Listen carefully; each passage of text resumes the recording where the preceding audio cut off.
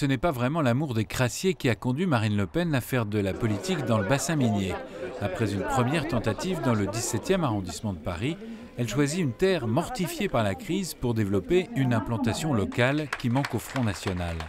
20 ans de stratégie politique. C'est une marche vers le pouvoir, c'est une marche importante parce que ce sont des élections locales et vous savez comme je tiens en l'occurrence à l'implantation locale. Par conséquent, cette implantation locale participe d'une stratégie pour pouvoir accéder au pouvoir et appliquer les idées évidemment que nous défendons et qui sont les nôtres. Le premier mandat est régional en 1998, puis municipal à Hénin-Beaumont, où avec Steve Briouat, elle compte profiter de la malhonnêteté d'un maire socialiste. Tout y est, corruption, taux de chômage à 17,5 et une droite inexistante. Un boulevard pour le Front et pourtant ça ne passe pas, elle est élue mais dans l'opposition. Le soldat Le Pen reprend du service sur tous les fronts, enchaînant candidature et parfois mandat.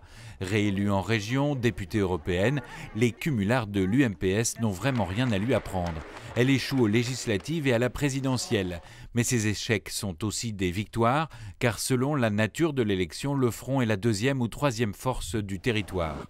À Paris, les bons scores de la fille du chef l'aident à s'imposer dans l'appareil qui connaît lui aussi son lot de trahison et de déchirement. Malgré les crises en 2011, elle prend la tête d'un parti qu'elle veut dédiaboliser et banaliser. Sur le terrain, pourtant, les campagnes de la vague bleu marine restent salées. La candidate verte franco-norvégienne Eva Joly est traitée de SPF, sans patrie fixe. Le jeu de mots politique à double sens est bien un héritage familial. Rappelez-vous qui est Marine Le Pen, d'où elle vient, où elle vit.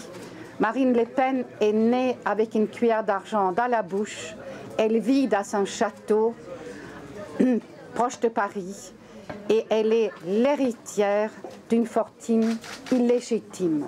Aux législatives qui suivent l'opération Front contre Front, Jean-Luc Mélenchon tente un raid sur la circonscription Hénin-Beaumont.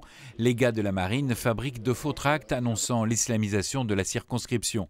On peut être BCBG et pas aimer faire la guerre en dentelle. Je n'ai jamais vu ça, une ambiance pareille dans une élection, et j'en ai vécu quelques-unes et des sévères. Mais ça, jamais, nulle part. Il est largement temps de faire le ménage ici et j'espère en avoir l'occasion. Je me pose la question de savoir si, en ce qui concerne M. Mélenchon, cette incapacité à se séparer de moi n'est pas psychiatrique. Damned encore raté, c'est le socialiste Philippe Kemmel qui prendra la circonscription de justesse. Marine Le Pen n'en a pas encore fini de faire son marché à Hénin-Beaumont.